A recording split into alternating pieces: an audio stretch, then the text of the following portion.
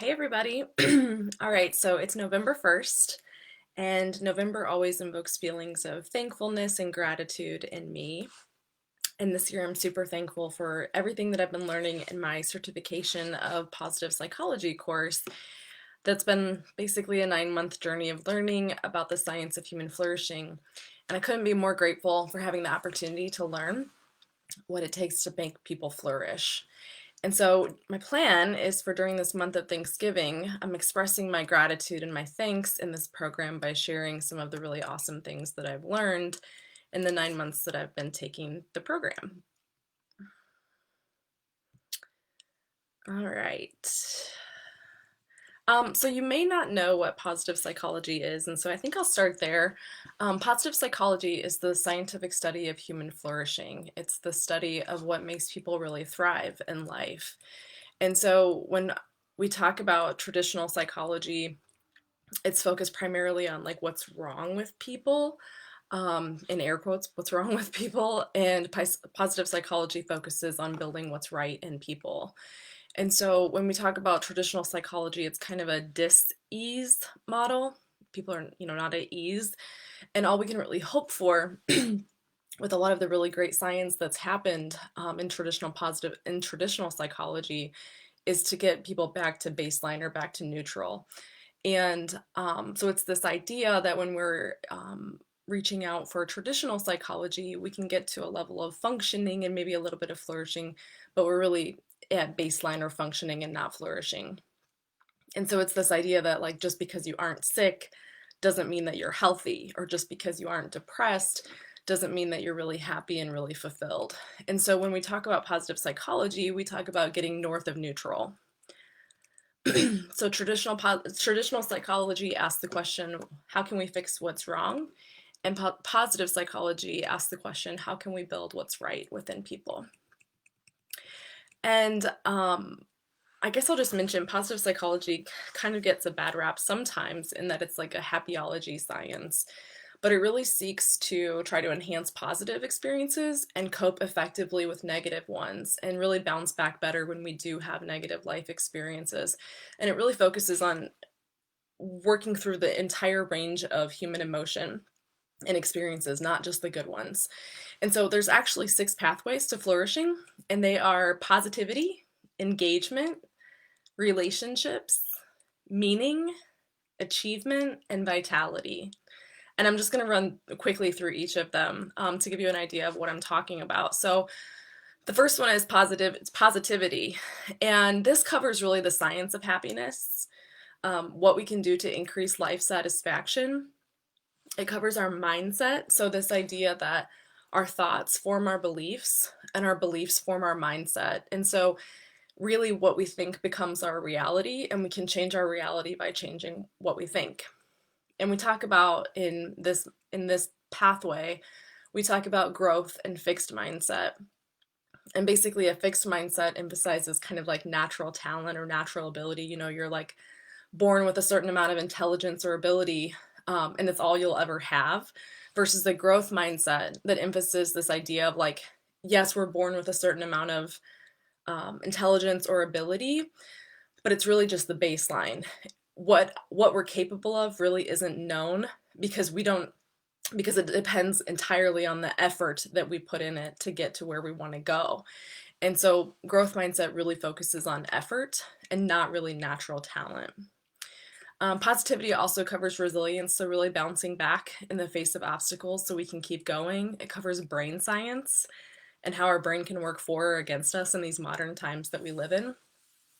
And it covers optimism and learning how to manage our emotions or emotional intelligence.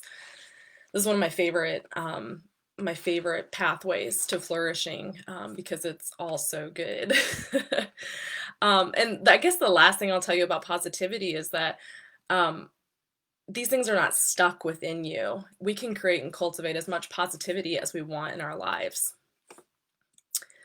Okay, so the second one is engagement. When we talk about engagement, it addresses the science of how to cultivate willpower and self-regulation. So becoming a person that does what you say you're going to do. I know that is an area that I will probably be working on for the rest of my life. Um, but it also covers mindfulness, being aware and awake and present in the moment and being cognizant of and curious about what are the thoughts and feelings that I'm having in this particular moment. This module also, or pathway also, talks about our strengths. So there are 24 character strengths. I'm going to run through them super fast for you to give you an idea of what they are. There's appreciation of beauty and excellence, honesty, bravery, creativity, curiosity, fairness, forgiveness, gratitude, hope, humor, judgment, kindness, leadership, humility, love, love of learning, perspective, prudence, spirituality, self-regulation, social intelligence, teamwork, and zest. And these are also things that we can kind of cultivate within our lives. We're not just born with, a certain amount of social intelligence, for example. We can cultivate these strengths within our lives. And so what I would just offer to you is how exciting it is to be able to talk about, well, these are what my strengths are versus like, kind of always focusing on these are the things that are wrong with me. And if you're curious, my strengths are curiosity, gratitude, humor, and love of learning. And we actually have all 24 of them, but they're kind of ranked. So these are my top 4 that I have. So the third pathway is relationships. And so positive psychology researcher Chris Peterson summed up positive psychology as 3 words: other people matter. And we really are social creatures. I was listening to Brene Brown's podcast earlier this week, and she said she was talking to her husband, and she said America's death certificate will read cause of death, rugged individualism. And I couldn't agree more. I think we need to really get back to being these social creatures that we're designed to be, being in relationship with each other. We really are hardwired for this need for connection and belonging. And what I mean by that is our ancestors did everything in groups. They hunted together and ate together and fought enemies together. And so if you were outcast from these groups, your survival was probably potentially pretty limited, because it's hard to do all of those things on our own. And so that's why we fear things like humiliation and isolation, because back in our ancestor days, it could potentially mean death. And so we carry that fear with us in these modern times. So in relationships with positive psychology, we talk about high quality connections and how to have flourishing relationships. We talk about trust and the role of kindness to others. We talk about how to genuinely forgive people.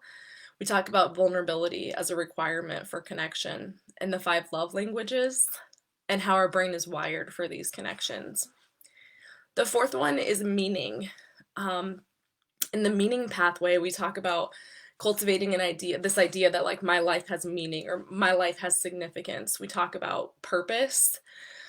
Think of purpose as action, like taking inspired action, and think of meaning as like understanding, like my life makes sense. We talk about the differences between jobs and careers and callings. We talk about post-traumatic growth in this pathway, and so it's this idea that we are going to have challenges in our life, and we can learn and grow from them and come out stronger on the other side of it. We also talk about purpose not as something that you're like incessantly searching for. Rather, it's really something that we're uncovering and cultivating. Because when we say like I'm trying to find my purpose, finding implies that like it's something that I don't have right now, and then I find it and now I have it. And that's not really the way it works. The way it really works is that we're like always building towards and cultivating and creating our purpose.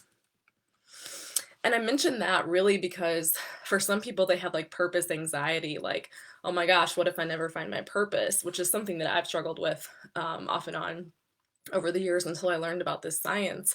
And it's not something that we find, it's something that we cultivate and create within ourselves. The fifth one, and is my second favorite one, is achievement. So in achievement, we talk about hope theory and this idea that we can cultivate or increase our hope. We talk about motivation and goal setting and goal meeting. And we talk about visualization of what we want, because it's this really powerful tool in achieving our goals. Because if we visualize it, our brain actually thinks we're doing it. It doesn't know the difference. And so visualization can be a really powerful, strong tool in getting to our goals. We also talk about developing grit and perseverance so that we don't give up in the face of obstacles.